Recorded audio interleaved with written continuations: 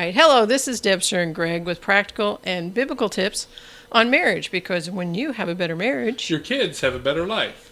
questions. Why does he expect me to do all the work inside the house? He could help me. I work all day just like him. Why am I expected to take care of the kids all the time? The yard works only once a week. The house works every day, all day long. So if you haven't figured it out yet, the question of the day is, who should be responsible for which chores? Wow, I can feel the emotion in that question.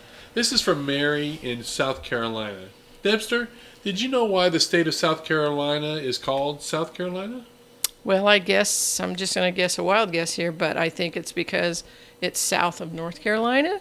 Absolutely right. You took my joke. Well, oh, did you know motherhood is kind of like a fairy tale in reverse? You start in a beautiful gown, and then you end up in old gray sweatpants cleaning up everybody's mess. Well, anyways, you know why some people say the inside of the house is the wife's job and the outside is the husband's? I've heard that before. Do you think this should apply to every couple? Let's do a little exercise. Close your eyes and imagine your house. Always clean and tidy. The grass is mowed, the hedges are trimmed. Nice, right? Can you feel the peace and contentment? Consider this. That picture can happen without exhausting and frustrating either one of you. This tip is adjusting your mindset that regardless of whose job it is, we think it might be, when we see something that needs to get done or to be done, just do it. Nike. Yeah.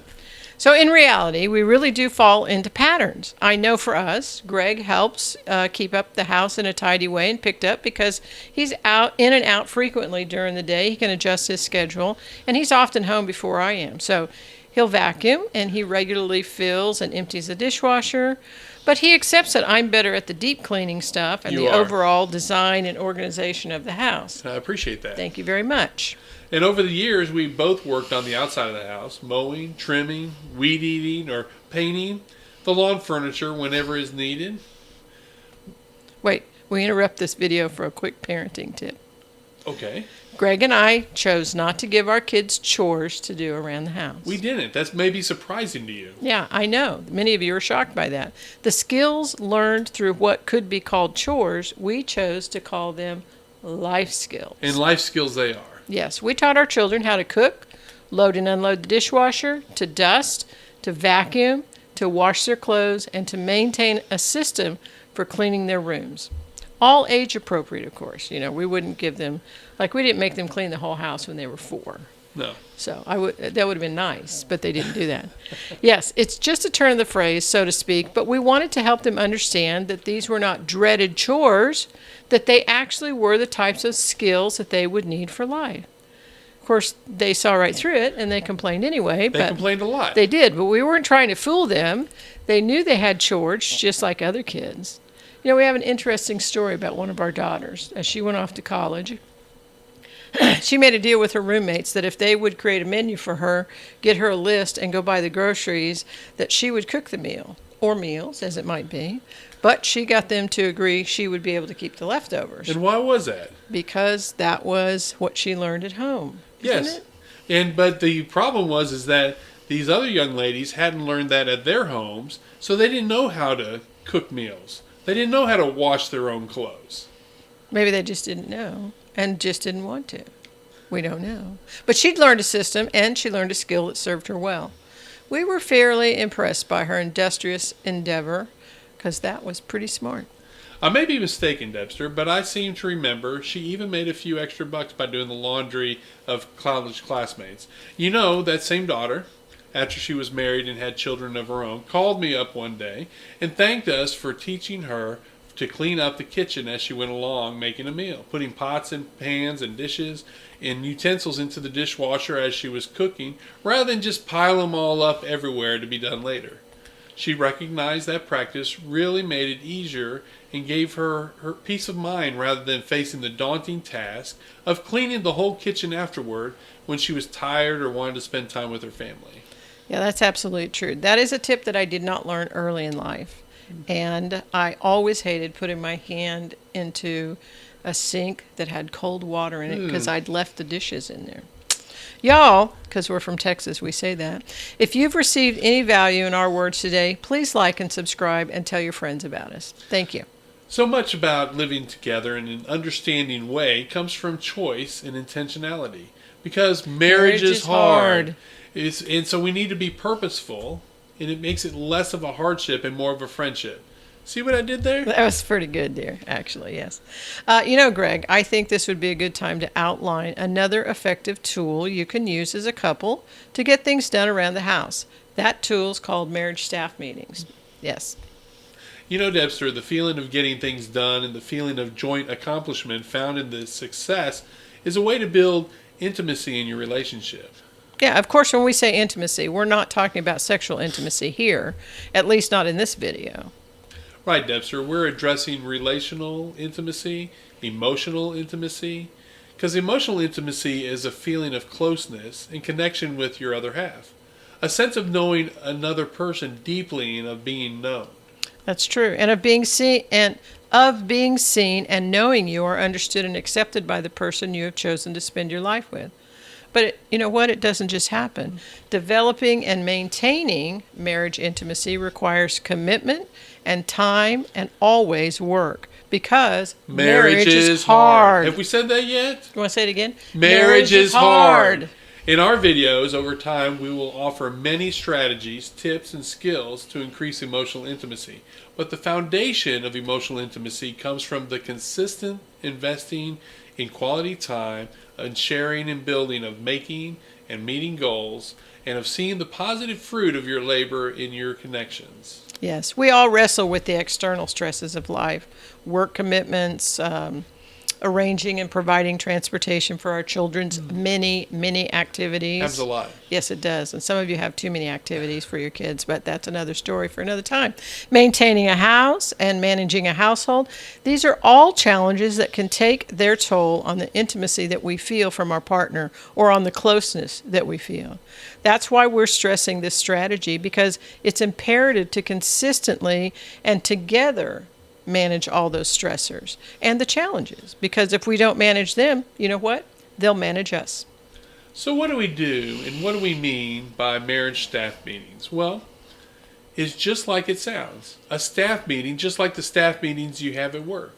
We recommend you carve out a minimum of 1.5 hours each week to set aside just to be together, to talk and to plan.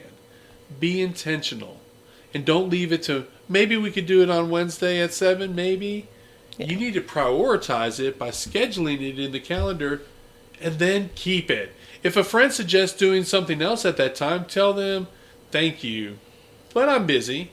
Can we plan for another time? It is as vital as eating and staying hydrated, because maintaining consistency each week is important, and the benefit of prioritizing one another encourages closeness. One woman cried with joy when her husband remembered their staff meeting and turned down a golf date. So that's fantastic. Yeah. Be that husband, guys. Yeah. Protect the time. Protect from interruptions and distractions. Plan for it to go. Plan for away time from the house, or at least find quiet place and time to put in your home to put your phone silent and work on your marriage staff meeting. So you've likely been asking each other, because you're watching these videos together, what in the world would we talk about? Well, begin by coordinating your calendars and commitments for at least the coming week. What do each of you have planned? What child is going where? And who's working late? What social activities are scheduled? And we want to pause here and strongly... So, commit yourself to saying, I have to check our calendar before I can say yes to that. You can also plan to discuss goals in your inaugural meeting that you might want to discuss and write out a couple of family goals, maybe some business goals, and of course individual personal goals in general. They can be short-term goals, they can be long-term goals, but then put a projected date to meet that goal. And when you have those, then break them down into monthly or quarterly goals with dates and costs. So, some questions to ask. How do we budget to reach those goals? How much do we want to give to something outside a charitable organization? How much do we want to give? Have we decided on any new couples we want to get to know this year? What major household expenditure might be coming up, and how could we help our family pitch in to make it happen? What habits do we want to work on, to start or to stop? Maybe you can include a time to check on the weekly budget. Is it tight this coming week, and how can we all help? And how are our personal goals progressing? Our reading, our exercise, our hobby? And how can we best support one another? Be sure to check in with one another throughout the week, monitoring your progress and working together. So also you can take time to discuss parenting issues. Maybe when you plan, you are united, and if you aren't united on how and what you do to discipline and disciple your children, your kids will divide you and conquer you. So be sure to discuss significant discipline issues. What seems to be working? What doesn't seem to be working? And you can also plan family times together. Plan quality times with each child, asking what would each child enjoy doing with each parent. Do not just assume you know what they like and what they want.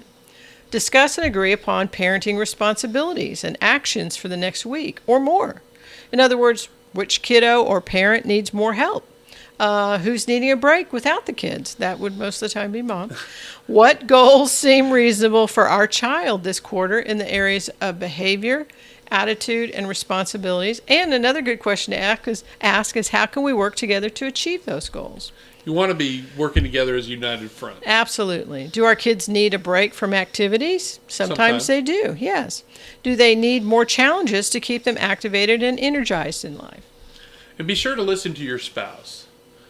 One of you may just need to talk, and you need to share your stresses at work or with friendships, sharing hopes and dreams, sharing feelings and insights about recent moodiness, sharing concerns and fears about how is our relationship going? Right. The how, kids, how are maybe. the kids? Yes, Yeah. the money, the future, etc. Give undivided attention, empathy, support, and eye contact. That is not a time to be going through Instagram on your phone. That's a good point. Here's a pro tip for the husbands. Yeah. Guys, set aside some time each evening to listen to your wife about her day. She needs time to unravel and relax, and she can best do so by talking it out. Now, the kicker to this, fellas, is when she brings up a situation about work or home that needs a solution, she is not asking for a solution from you unless she says so.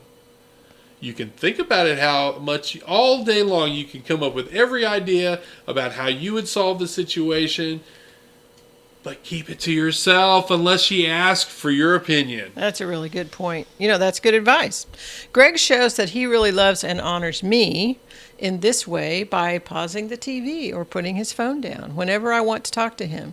Now, I don't just go barging in and wait for him to set his phone down. I walk in and let him know that I'm there, and then he lovingly takes care of putting his phone down or pausing the TV. Because you're more important than TV or my phone. Well, thank you very much. And he looks at me. He really looks at me. He looks me in the eye when I speak.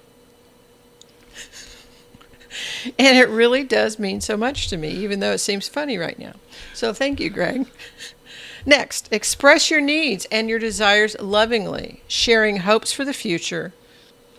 Avoid committing to things like the plague, the you statements, and using the words always and never, such as you never spend any time with just me. You always take the kids' side. Rather, we suggest that you use I and me statements and be specific. I feel like you're spending a lot more time with the kids than you spend with me, instead of being accusatory. That way you present it in a positive way. You could do it like this. I really miss being alone with you, and I hope we can plan a date night together. I like dating you.